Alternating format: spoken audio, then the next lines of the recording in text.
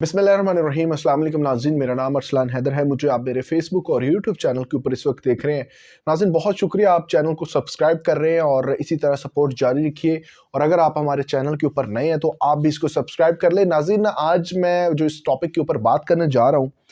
अब बड़ा ही एक अजीब सा मैंने एक नोटिफिकेशन देखा और मुझे उसको देख के खुशी हुई कि एक जो है नोटिफिकेशन जारी हुआ कि जो जजेस हैं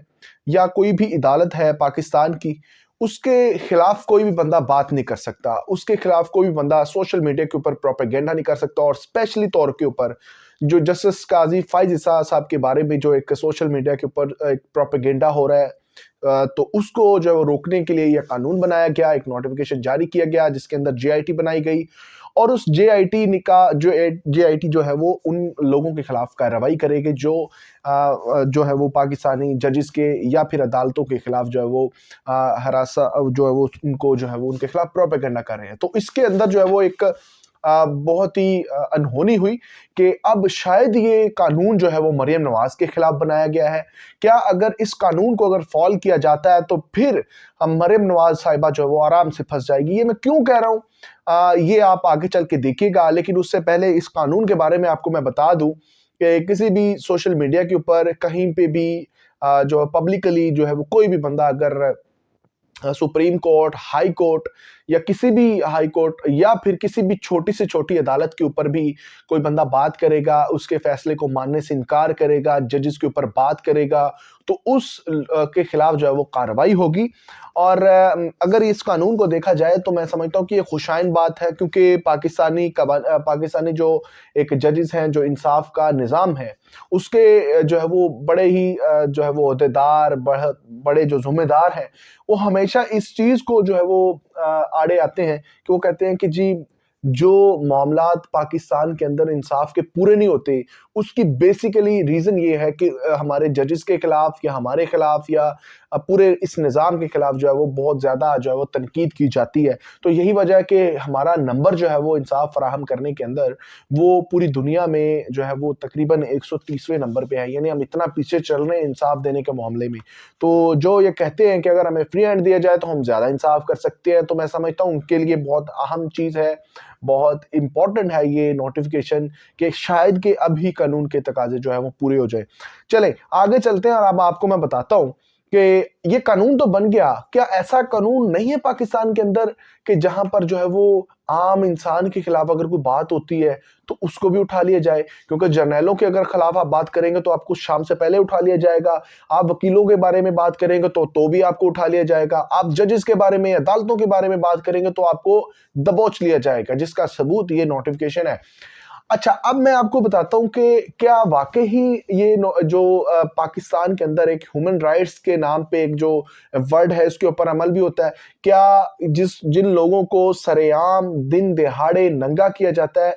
आम लोगों की मैं बात कर रहा हूं, तो फिर उनके लिए भी कोई कानून है? या फिर जो कानून है उसके ऊपर अमल दरामद क्यों नहीं होता? ये मेरा आपसे सवाल है। अब मैंने जो शुरू में बात की थी कि मरियम नवाज साहिबा फंस जाएंगी,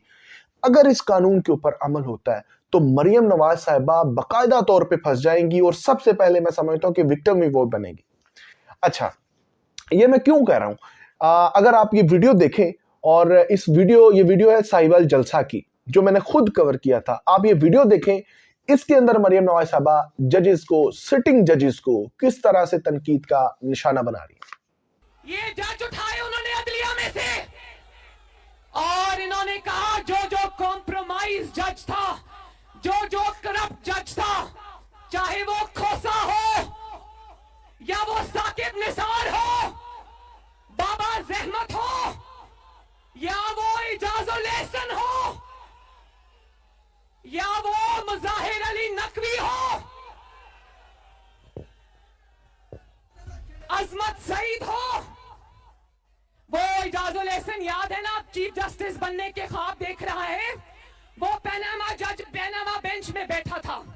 नवाज शरीफ को नाअहल करने वालों में बैठा था। तो आपने ये वीडियो देखी,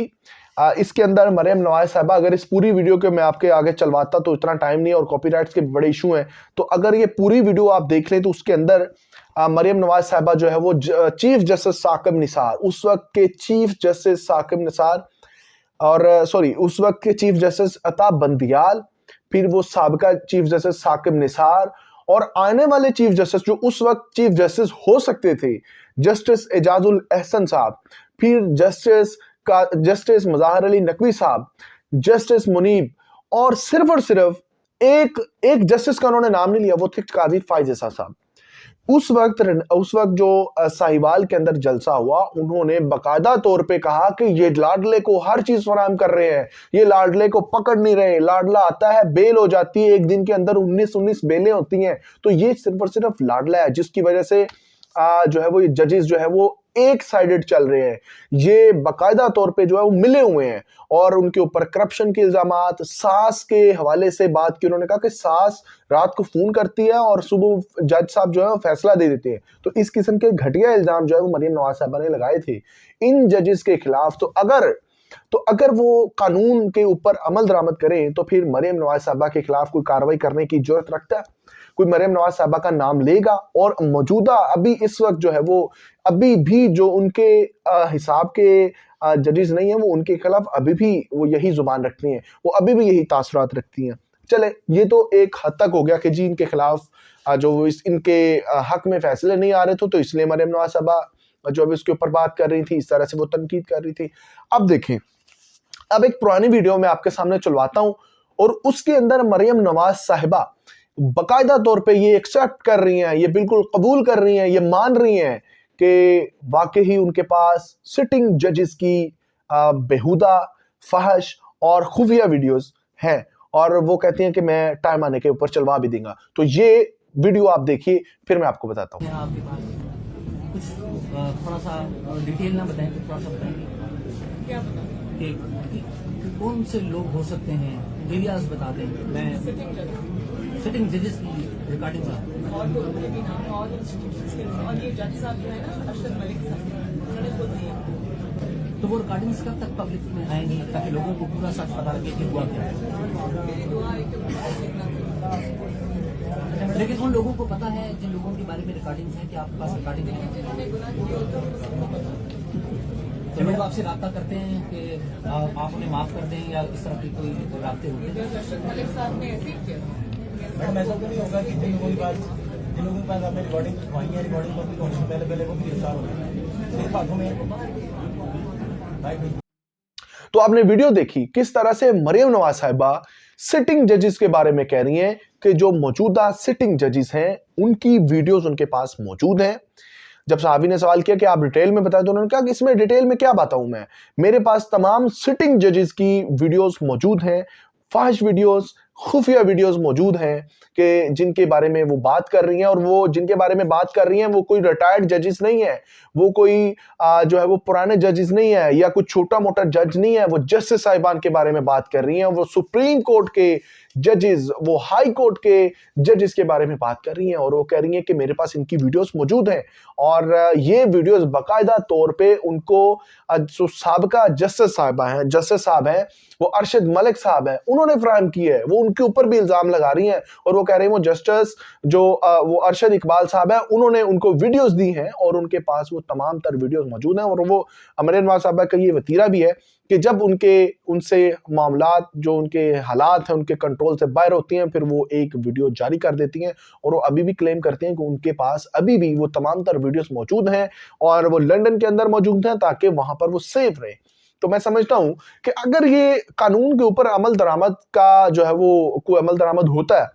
तो शुरुआत तो फिर मरियम नवाज से होनी चाहिए। और अगर ऐसा है कि वो उस कानून के ऊपर अमल दरामद करते हैं, तो मैं समझता हूं कि पाकिस्तान मुस्लिम लीग नून के ही ज्यादा लोग फंस जाएंगे, तो फिर बात तो कहीं और आएगी नहीं। क्योंकि ये ऑब्वियसली बात है कि ये बात जो है वो कानून बनाया गया किसके लिए, पाकिस्तान तहरीक इंसाफ के लोगों के लिए, आम लोगों के लिए, क्योंकि इस वक्त जजेस के ऊपर तनकीद बिल्कुल हो रही है। और जस्टिस काजी फाइज ईसा साहब की अगर कोई भी, मैं समझता हूं कि एक पूरी समाज सुन ले उनकी, तो उसके ऊपर फिर जो है वो तनकीद करनी है या नहीं करनी है, आप खुद अंदाजा कर सकते हो, और आपको इस चीज का अच्छे से पता है। तो अगर ये वीडियो अच्छी लगी हो तो अपने दोस्तों के साथ जरूर शेयर कीजिए, हमारे चैनल को सब्सक्राइब करें, लाइक करें, और हमारे साथ जुड़े रहिए ताकि आइंदा भी आपके साथ इस तरह की गुफ्तगू कर सके। अल्लाह हाफिज।